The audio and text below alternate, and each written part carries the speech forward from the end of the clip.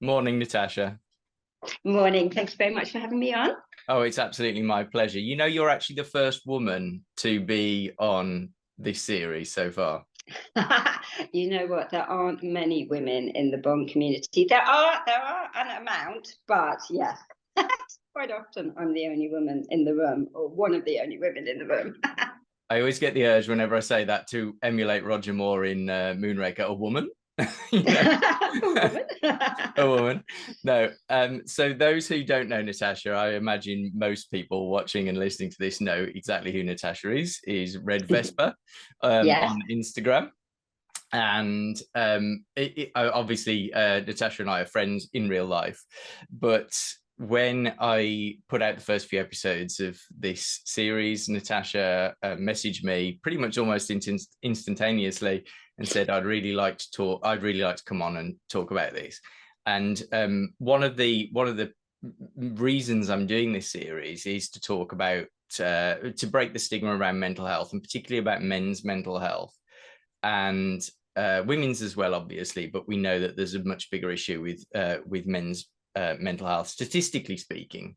I'm going to talk about some of those things here. And Natasha and I have been going back and forwards about this. And yeah, I think you've got a really interesting perspective on this, and we'll get stuck into the meat of that in a minute. But I think this conversation actually begins some months, if not over a year ago now, when Yeah. you started a Bond book club, and Yes. you wanted to read the off the back of Kim Sherwood's Double or Nothing. I think it was. Yes. You were like, Love right, I want Kim. to read the original Fleming. And we read Casino Royale first, so we're doing them in order. We stalled a little bit, but we are going to pick up Yeah. Yeah. Yeah. pick up the book club. And we read Casino Royale, and it was if I remember rightly, it was me, you, Anthony, my husband, and Bobak. Is that Go right? back. Yeah. Yeah. Yes. So we met up, and I wouldn't call it a blazing brow, but it got a little bit heated, didn't it? Difference of opinion. Yes. That's a Yeah. difference of I think opinion. a good difference of opinion. And so, I if I remember correctly, it was about what we look for in a man. Is that is that right? I think yes. You know what's really interesting is because I hadn't read Fleming's novels and I'd Mm, read Kim's first, and I absolutely loved Kim's book. As you know, it was the best. It was exciting. It had me on edge. It had amazing characters. And I was like, yes, I really want to read, Ian Fleming's Bond books. So we read Casino Royale, and I turned up and I was hugely disappointed. Do you remember? I was I do. really, really disappointed. And the reason I was disappointed is because I felt that Bond came across as so needy. And my version of Bond, my favourite Bond, is Sean Connery. He is a man who knows where he's going, what he's doing, what decision to make. There's no hesitation. Bond in Casino Royale, he didn't seem to know whether he was coming or going sometimes. And I just thought, whoa, that isn't the Bond that I'm looking for. You obviously had a different opinion, didn't you? Yeah, just a little bit different. See, for me, and I know my whole license to queer thing is designed to answer the question, why do people who are not typically kind of alpha male, all that kind of those sorts of people, why do we love James Bond? And one of the answers often is that I think he has a much more modified version of masculinity than we're often presented with in popular media, particularly in the eras where the Bond films have been around the last 60 years, and particularly in the books, even more so in the books. So I see a lot of vulnerability in James Bond, which for me is no less masculine, because I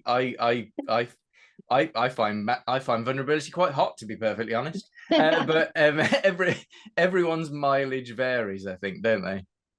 I think that's true. And I think for me, I was brought up by a single mother and I had two Mm, sisters. So there was a bit of a male fantasy going on there as to what I perceive a man should be like. And I was very much the alpha male. That's the sort of man that I've always mm, been drawn mm, to. And what's interesting, as you know, is that I'm now a mother of four mm. sons. And I wonder how much I projected onto them, because I didn't really have a role model to sort of identify with. Mm. Um, I had a very strong mother who then had a nervous breakdown. I know we'll talk about this. And that was a defining moment for me when I was 12, that formed an opinion that then later turned it on its head. Something else happened. Yeah. So Casino Royale specifically, what was it about Bond in that story which you thought was, you know, ran contrary to your idea of what a man was? I think he was a little bit, he seemed to be unsure of his actions. Whereas I always think a man should be sure. He was vulnerable around Vesper. Yeah, that's quite nice. But even when he says the bitch is dead, it's like, not a man who's kind of, what, I'm moving on. It's kind of, I think it was the unsure in his actions and the having to think twice sometimes. That, yeah, I think there's a thing in my mind that an alpha male knows what he's doing, where he's going, what's going to happen next. And if it doesn't happen, he's got plan B. And interestingly enough, I married a man who was quite alpha male, who didn't show weakness. I mean, he obviously had vulnerabilities, but he is a man who knows where he's going. And if that isn't going to work, he doesn't panic. He does the next thing. So I think, yeah, the unsure of his actions, I think, is what threw me a bit. Do you think that a lot of men just, I'm not saying this about your former husband, but specifically, but do you think a lot of men like that just don't externalize how they are feeling when they are unsure, and they just kind of keep all the different options running through their heads to themselves? Yes, I think what I would say about both my husband, my ex-husband, and myself is that incidents happened in our childhood that could have been very vulnerable and could have thrown us off kilter. But we both responded to that with not going to let it bother me, going to move on, going to use this, and formed an inner core of steel as to how we dealt with things. So I would say, obviously I have vulnerabilities and things happen in my life that I've had to deal with. Unexpected pregnancy at university. I was about to do my finals. I was single. I had the world in front of me. This happens, My attitude, because of the way I was brought up and the feelings I had, was just get on with it. And that's what I did. And I remember people saying to me, "You're so brave, you're going through with this." And I just thought, this is what you do. It's almost duty bound, really. I wonder whether we could go back to my childhood, because I don't think I can prove, I don't think I could show why that core is there. I mean, basically, as I say, I had a very strong mother. She left my father when I was young. I was about 2 or 3. My sister was 4. She wrote basically a Dear John note and drove through the night from Wales to Scotland. She was an incredibly strong woman. She remarried when I was about 8. And when I was 12, she had a nervous breakdown. And I remember being on holiday and just my mum, my stepdad, and myself. We were sharing a room and waking up in the night and finding my mum crying. It was only like the second day of the holiday, and she was clearly having a panic attack. She was very upset. And we flew home the next day. And what happened was she ended up in a nursing home in Hove. And she was in there a week, 2 weeks, few weeks. We were sent away to relatives. And when we came back, my mum was under the care of, I think, a psychiatrist. But the way that it would be a mental health breakdown, but it was, as I say, described as a nervous breakdown. The way they dealt with it then was very much medication. So she was given this very strong medication, it's called Mogadon or something. And I remember going to school in the mornings and I'd see her. She used to wear this red dressing gown. She'd be at the kitchen table and literally she'd be like that. And I specifically didn't speak to my mum just before, in recent weeks leading up to this, because I very much wanted that feeling of being a 12-year-old to come out now, because this is what my view was, how it was formed. And I remember going to school one particular morning, looking at my mum like this. and just thinking, how pathetic. And I didn't mean that meanly, and I didn't mean it spitefully. I just remember thinking, there is no way that is ever going to happen to me. I remember that thought very, very clearly. I don't know that I knew why it happened. I think, relationship, the marital situation wasn't great. But I do remember going off to school that day thinking, no, never going to happen to me. And I almost felt it was selfish. Like, you've got a roof over your head, you've got a husband and food on the table, you've got healthy children. What have you got to moan about? And that stayed with me. So when my parents then separated, and I had quite a dysfunctional childhood, my mum was married twice, my dad was married 3 times, my stepdad was married 3 times, endless children, countless children involved. So when I went to university and I would meet somebody new and they'd say, oh, I live at home with my mum and dad, my first question was always, what, your real dad? Almost like that was a novelty. And I was somebody that had to ride a bit of a storm. Things hadn't always gone according to plan. And I learned very, very early on to rely on myself. Make myself happy. No one else is going to do that for me. Just get on with it. And so when I got pregnant, I didn't expect that to be anybody else's problem. It was my problem, and I had to deal with this. And I remember sitting down by Victoria Embankment Gardens with this leaflet that the doctors at the university, who clearly expected me to go for termination, this was kind of what the passage was. Wow. Tears streaming down my face, reading this, but knowing you cocked up, Natasha.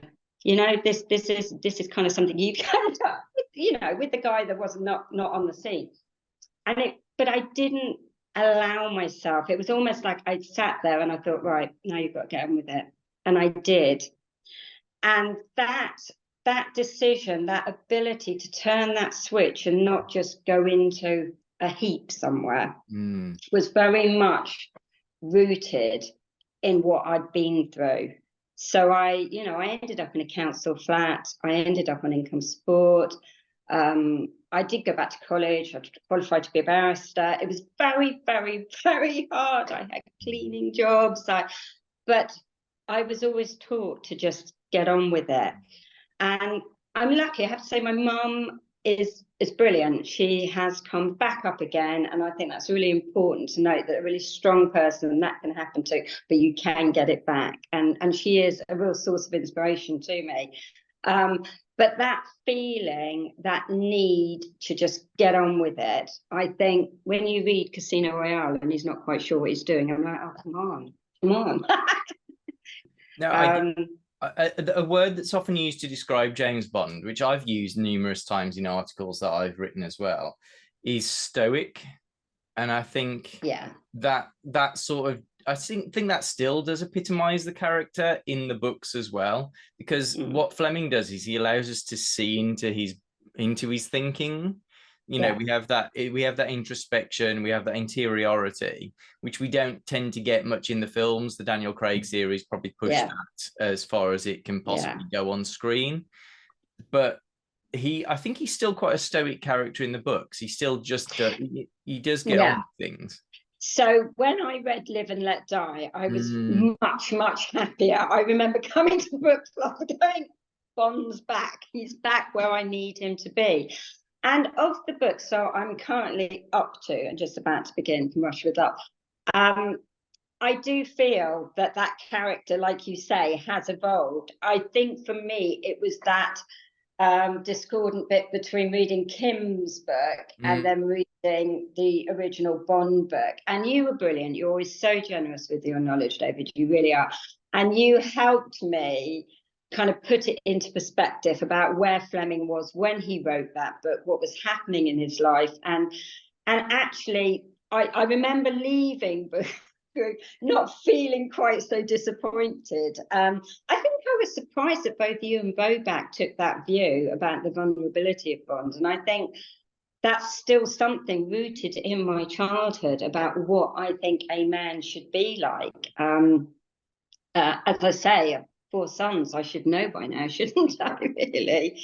But yes, I do think stoic is what, yeah, the character is normally identified with. You're right.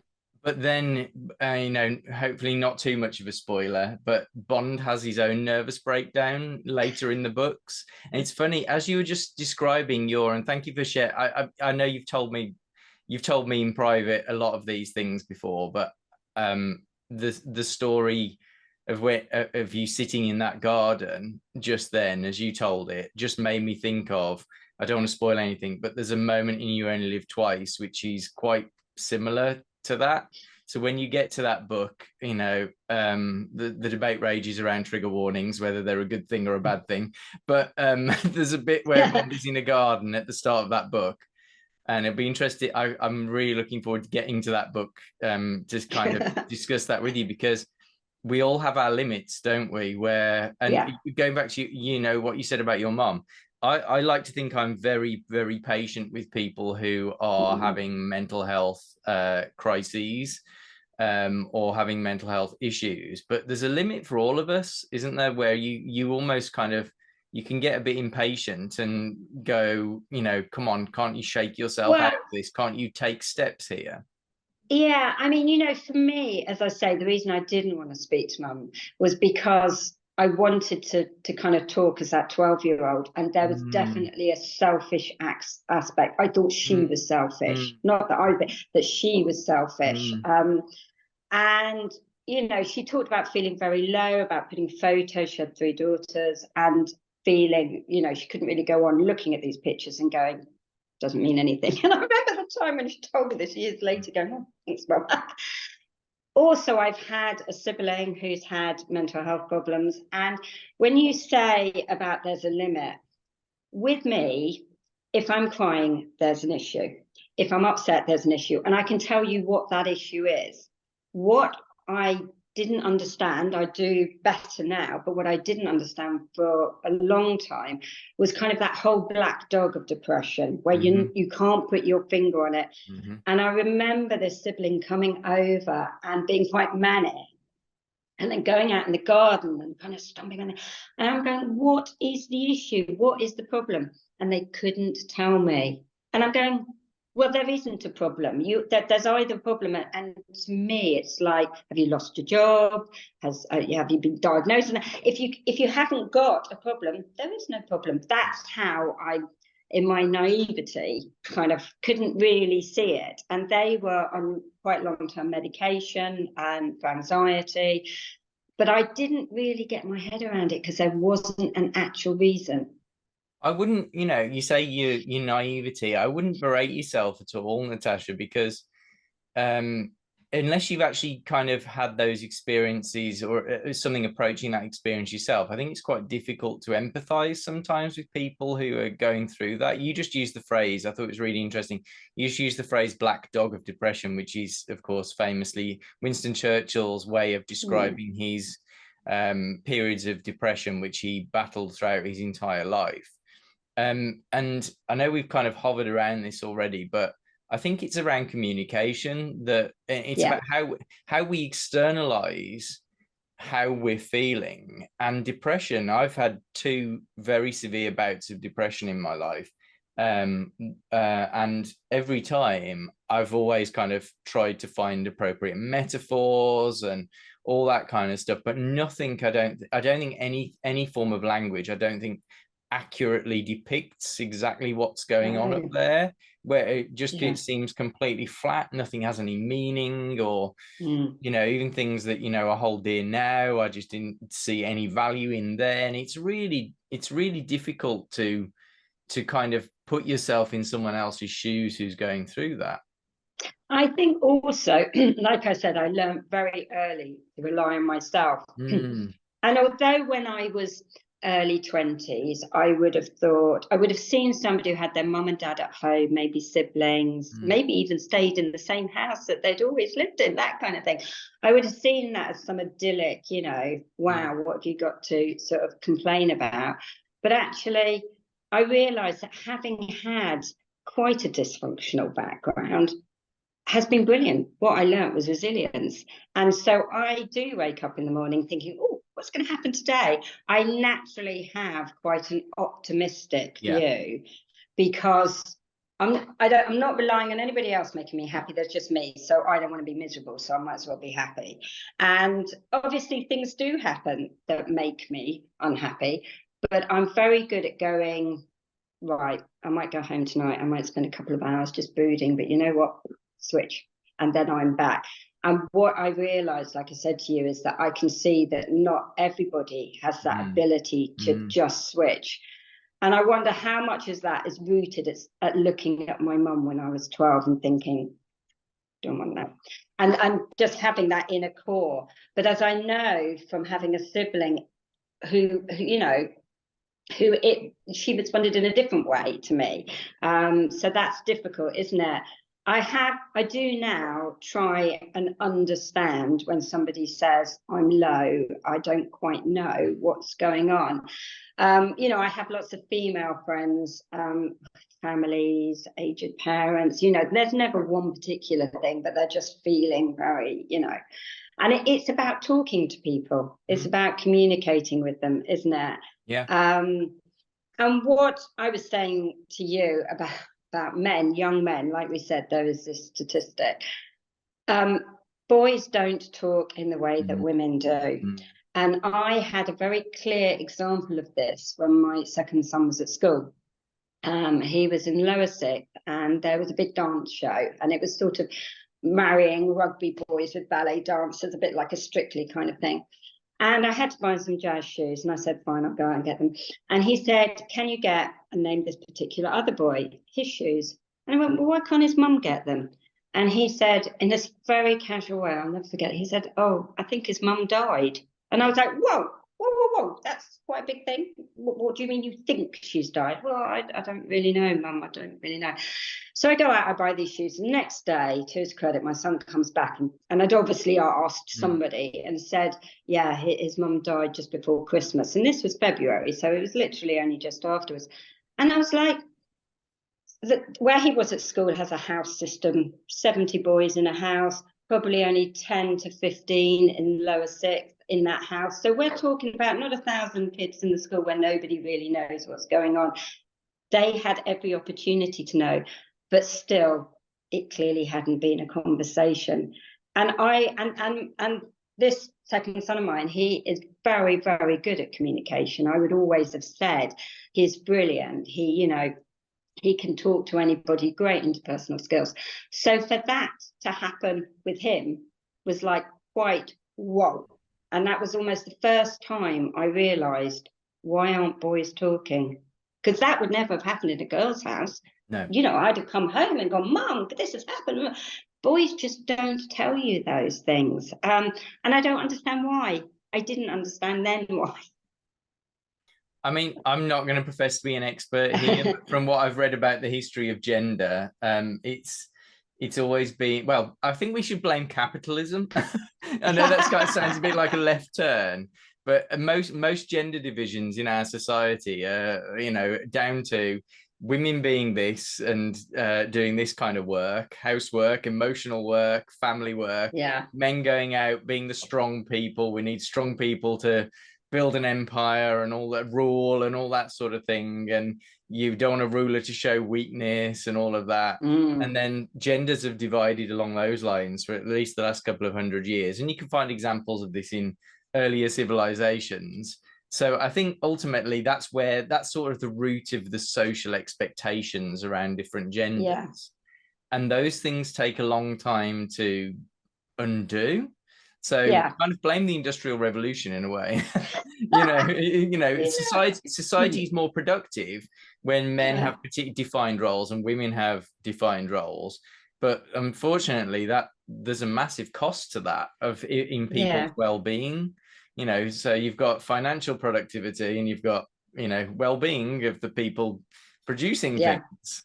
And, you know, but I think that's ultimately the root of it. It's all socially, whether that's right, what I've just explained is correct or not. And there's probably historians who are watching this who I'd love to come on and correct me if I have got any of that wrong. But I don't think you have. I read history at university and I would say exactly the same thing. You know, that makes me feel better. You know, that is so clear. You know, industrial revolution, men going out forging the path, women being at home, the nurturers. You know, that is very much like that. I think it was a shock to me. It was a major shock to me that that my son hadn't known, and that it was obviously not something talked about. I think because I was bringing my family up in a certain way, and I've always been very open, I've always talked about everything, probably too much information, they would probably say, but it's always being brought up in a single woman's household, I think, with sisters, probably makes me like that. I am very open. I mentioned to you that when I had one son already through university, when my second son went, reading an article about a particular university in the Southwest, which had the highest suicide statistic of undergraduates, men, and being absolutely shocked, because in my world that didn't happen. That didn't happen. And if you had a child doing that, a young man doing that, there was an obvious problem leading up to it. And I think that was one of the first things as well. I was thinking, oh, you know, my first thought was, oh, thank God my child's not there. Like, if you send a child there, that was going to happen. And I think it just shows how much I didn't understand about what was going on, even though I was raising these boys myself and talking to boys myself. And I always knew that if I had a son in the car, he couldn't get away, and that was the moment to talk to him, because he kind of had to respond. But if you talk to a boy in the garden, anywhere else, then you're not necessarily getting 100% of their attention. I think, as you know, I'm deaf and I lip read, so often I would video call, FaceTime when my sons went to university. And I think actually, in hindsight, that's very valuable, because boys can tell you anything on the phone. And, you know, unless it's very hard to lie with your eyes. As somebody who lip reads, it's not just lip reading, I'm looking at your whole face. And it's very hard for deaf people to lip read if somebody's wearing sunglasses. And the whole reason for that is because we can't see your eyes. And it's so crucially important. And one thing I always say to parents when their children are going off to university is try and FaceTime them in those first few weeks, because you will get a real idea as to how they're feeling. You won't just hear, Mom, I'm okay, without seeing the rest of it. I wanted to say that before I forgot that, because I think actually that is a really crucial thing that I learned. It just happened because I'm deaf, but actually I can see that is so important, to see their faces and how they are doing, because I think boys can go off to university. They don't know how to cook for themselves. Not all of them, but again, it's one of those things that, you know, sometimes with boys, it's just easier to clean their room, do their ironing, make their food, because otherwise you get a lot of mess, or, you know, it takes too long. And so, you know, are we sending them off not quite equipped, I wonder, you know? Isn't that one of the consequences of those really rigidly defined gender roles, though, that we actually send boys ill-equipped into society because they don't do the housework, because it's still seen in many households as women's work. I remember one of the best things my mom ever did when I was growing up was, I think I was about 13 years old, and she used to dread doing the ironing on a Sunday afternoon, like for the whole family. And one day she said, I'm not doing it anymore. She was just like, I've had enough.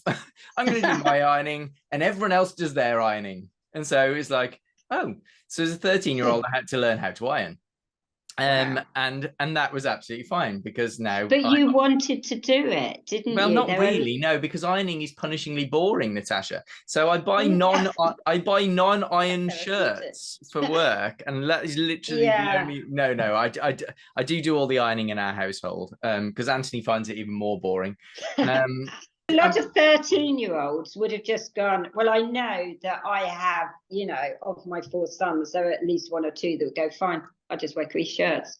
And that's where it's so frustrating. They wouldn't have taken up the baton and gone with it, you know?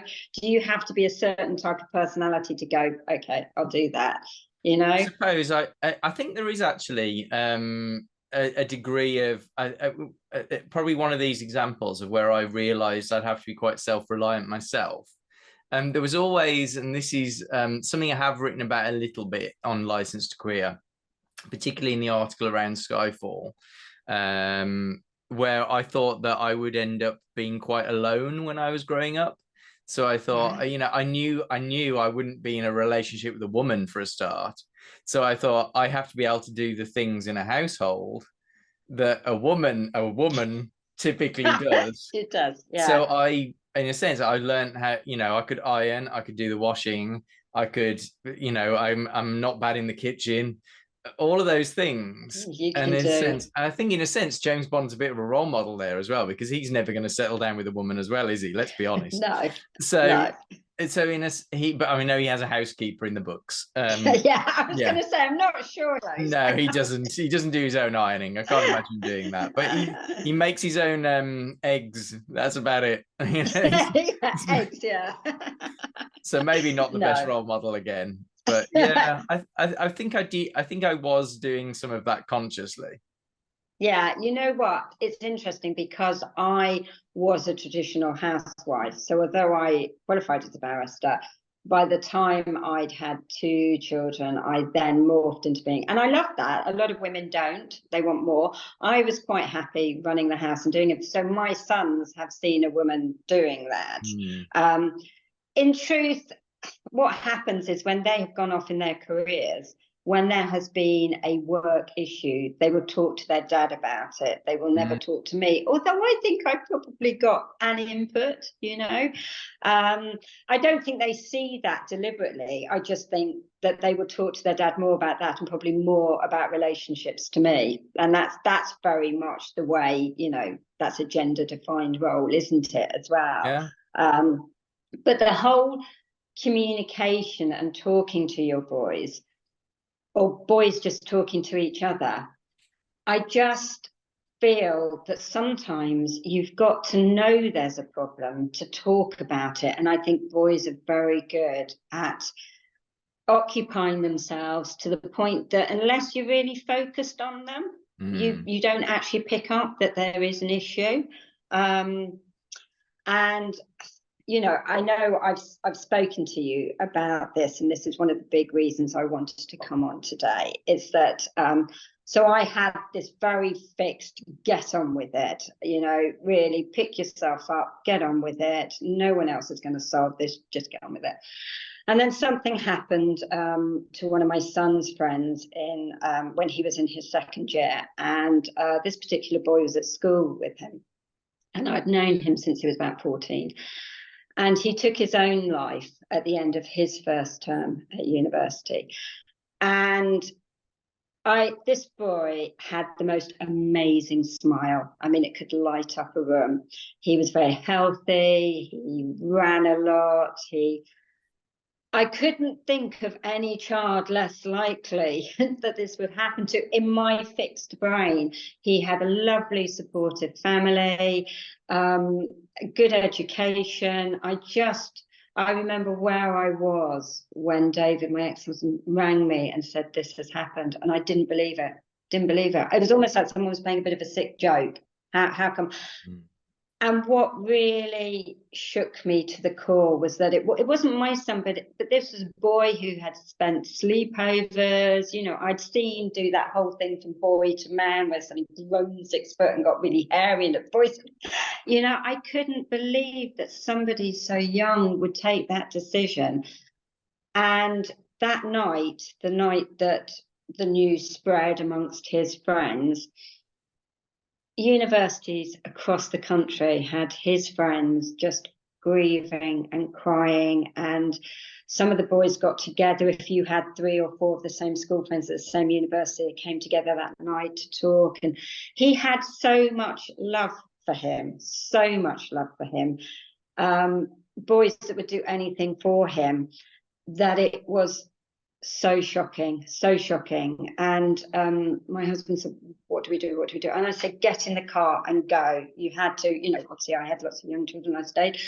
But he went, it was a 4 or 5 hour drive to see our son, and he basically walked around the city in the early hours with him. They were just walking and talking. And then some other boys who were at the university, they got together. And then it was Christmas. I mean, awful time anyway, but you know, it was Christmas. And so when my son came home, he very much wanted to celebrate this boy's life and get everybody together. So all these boys came back from school, and we had about 20 of them between the week between Christmas and New Year. And my son cooked this vegan curry. This boy was vegan, and I was shocked at how many of these boys knew somebody else at their individual universities who had also taken their own life. Either somebody they knew well, or somebody in the year above, or somebody in the year below, or somebody in the hall of residence, all young men. And we were grieving over this boy, but listening to them saying, oh, I remember one of them saying, oh yes, a third year medic took his own life last week. I'm like, what's going on? It was like a hidden subject that had not been talked about. Some of these boys were taking anxiety medication, and these are young men, 19, 20, who had, in my view, good lives. They weren't homeless. They hadn't suffered major problems, you know. But there was this huge mental health problem, obviously, out there, and it blew my mind away to walk in and see all these young men around my table and thinking, how vulnerable are you? You know, these are big, hulking 6-foot men that I think are, you know, absolutely fine. And I just flipped from being somebody that was just like, get on with it, to what's going on? I don't understand. It shook my foundations. As a mother of 4 sons, it shook my foundations. It showed me that what you see is not what you get with young men. And I think I was always quite happy to go, were you smiling today? So you're obviously happy. Because when I smile, I'm happy. And if I'm not happy, you know I'm not happy. That actually I can't project that, especially onto boys. That actually boys will smile even when they're in complete turmoil. And yeah, that changed my whole perception and empathy towards anybody who is having a difficult time. I want to know why, I want to know how I can help, rather than kind of going, really? Is that the issue? What is the issue? I actually feel a need now to get everybody talking. I talk a lot anyway, but to get everybody talking. My son, whose friend it was, is very, very interested, obviously, in mental health. And they, some of them did a marathon and raised money for Calm, which is, you know, an anti-suicide charity as well, for young male mental health charity. And I think since COVID, definitely the silver lining has been that people are talking. I think there is a silver lining there, although it was obviously a very difficult time for a lot of people. I think there is a silver lining there, that people did start talking when you didn't think that they would. But as somebody who's worked in education, like you, known millions of children, do you see that with boys? Do you see that lack of being able to talk to each other? Yeah, what can we do? Yeah, we have to. Personally, the schools that I work most closely with, as you know, I work with 8 schools in the day job, and then lots of other schools in my work with the Department for Education. And we've done we have to put in a lot of work to get boys to be open, and you start quite early.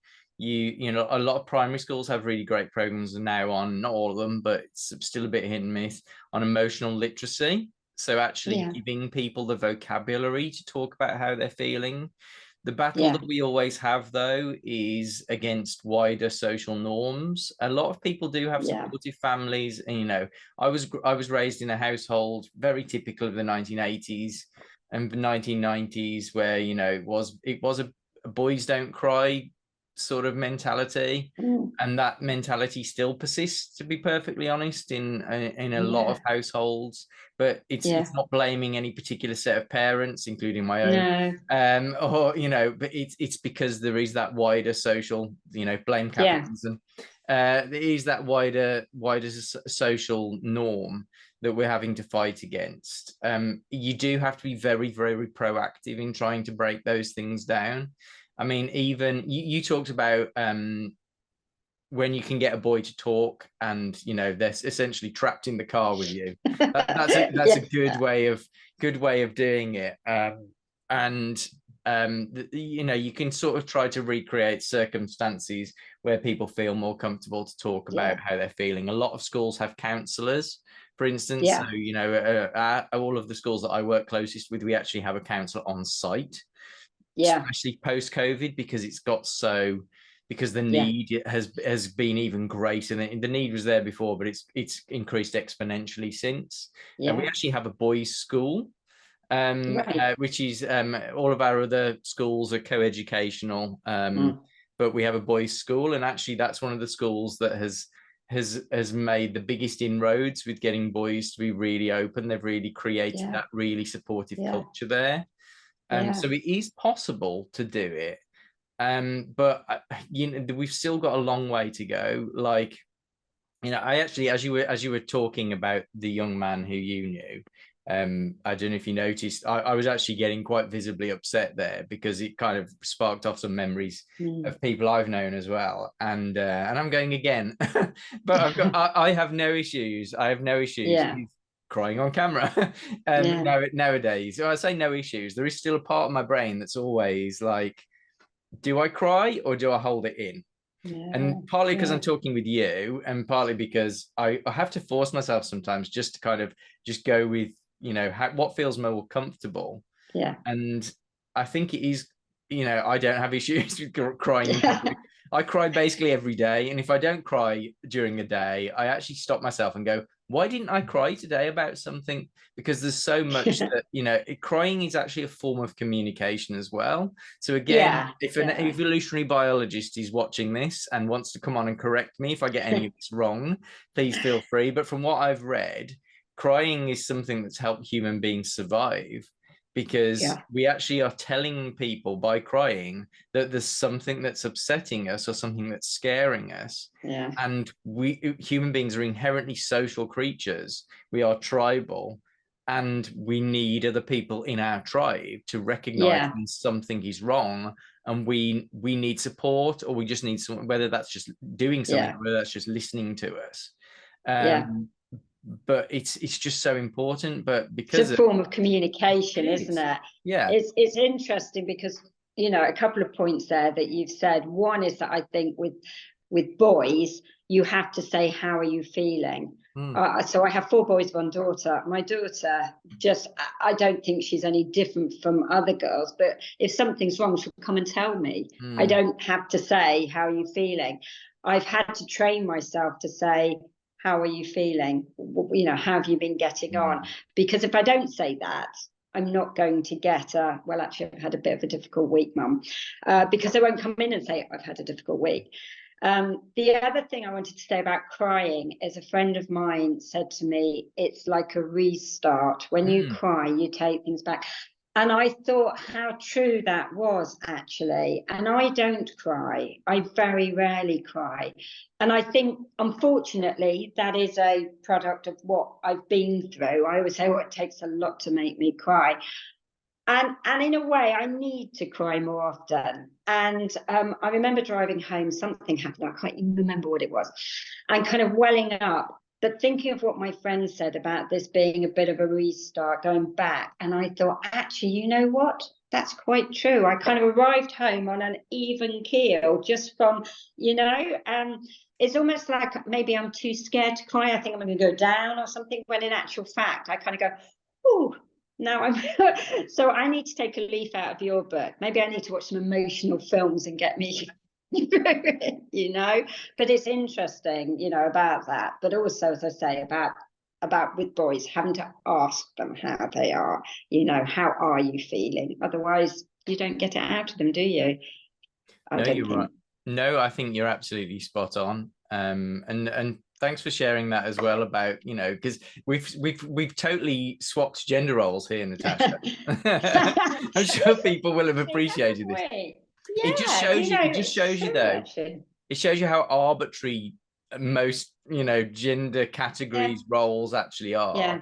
That I was someone who really did repress basically everything, so, but until I was in my mid 20s, you know, including crying. I would never have dreamt of crying in public, let alone on a video that Right. might be seen by hundreds or thousands of Millions of people. people.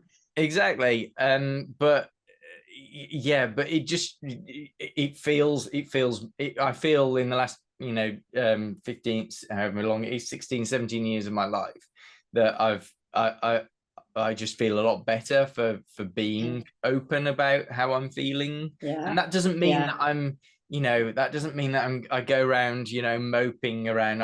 You know, I don't. It's a difficult one, isn't it? Because I do believe that I've talked about this with some previous guests on this, but I do believe I'm authentic when I, you know, on my social media stuff, totally. yeah, And sometimes if yeah, I'm really upset about something, I will put that out there. But at the same time, I'm not gonna chart all of my low days, you know, yeah, where I feel yeah. really low and that kind of thing, because actually that probably isn't helping anybody else. And it probably isn't There's a helping me, to middle be perfectly road. honest. I think there's a middle road because Yeah, it yeah. is really interesting what you just said about swapping gender roles. Because, as you know, I'm deaf, and people who I meet don't know that often unless I tell them, or I don't hear something when they think I'm rude or, you know, stupid mainly. And so it can be difficult and it can be anxiety inducing going to parties, meeting people, because I don't know until they speak whether I'm going to be able to hear them. And also, you know, leaving a very long-term marriage, that was quite a big brave thing to do, but I've gone out Mhm. there and, you know, I love my life. I go out, I do lots of things. And to some people that is just all positivity. Your life is amazing, Natasha, you do this. But in actual fact, I have problems like everybody else, but I perhaps have a gloss. And I don't mean to. It's not like an Instagram gloss, as in my world's so perfect. But I've learned to not kind of say to people things because people don't really want to know that. So I tend to not hide those bits, but minimize them. And actually, I think there's a middle road where I Mm, need to say to people, you know, actually, my life isn't that great, or mhm. this hasn't been going well for me, or rather than have people think life is really easy for me, which has been the case from some friends, you know, gosh, your life is easy. It's not easy, it's as hard as everybody else's. But I kind of, so I think I need to be a little bit more like you and be a little bit maybe more authentic. Actually, I'm having a difficult day today. But the product of my background is that, you know, if you've had a difficult day, Natasha, who's going to sort that out? No one, so you might as well just get on with this, so don't mention it. But I wonder that there is actually some merit in doing that, isn't there? Yeah, I think, and you know, I don't get me wrong. Sometimes I do look at some, not all, but some younger people, and you know, who put basically everything on social media. Like it seems to be like Yeah. like a minute by minute account of Yeah. their day and all that sort of Yeah. thing. And I do worry sometimes when I see that. And obviously I see it in some of the young people that I work with as well. You know, what Yeah. sort of resilience are they building? But Yeah. in a way, I'd much rather people be open books like that Yeah. than the opposite. You're right, it is a middle ground, but the opposite extreme is people, boys, girls, whoever, not saying anything, and that Yeah. is, to me, that is far more terrifying than Yeah. putting everything out there. Yeah, no, I think that's absolutely true. Also, I think when you were just talking about resilience, I think one thing in parenting that I've kind of noticed is how much more. So I was raised in the 70s. I might have at half term gone to the cinema once. Other than that, we had to find our own amusement.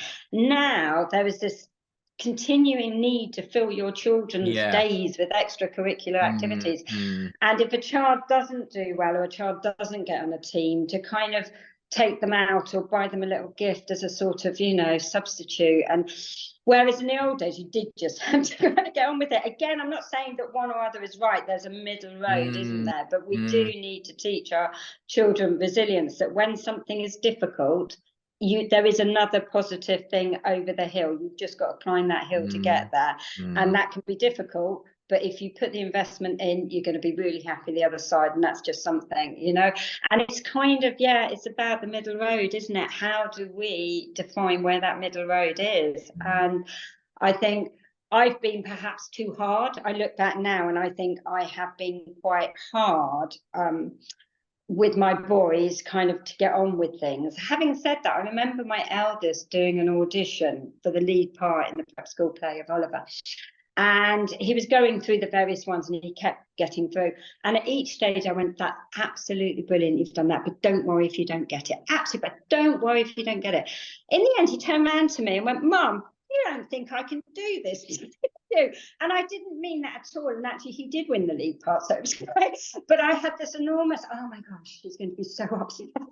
What do I do? Which is that kind of needing to sort of put a bit of cotton wool around them, you know. So maybe I haven't been as hard as I think I have. Maybe I'll take that back. But I do think, you know, that there has to be a way of teaching boys in particular resilience, so that they can deal with knocks even emotionally, you know, girls, boys, you know, something that brings you right down. How do you give them the ability to switch? And that's something I still can't identify with, because I don't know what made me switch. I think the switch is seeing my mum. I think thinking, no, that's my baseline, not going there.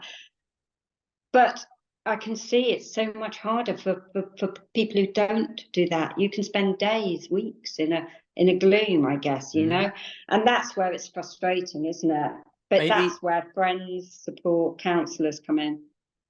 Yeah, 100%. And you know, I'd like to think that whenever people in my life have those episodes, that I'm there to listen. But at the same time, there becomes a limit, you know. So I know some people have been in not good places mentally for years at a time, and I've said to them, you need to go and seek professional help, because there's only so much advice I can give you.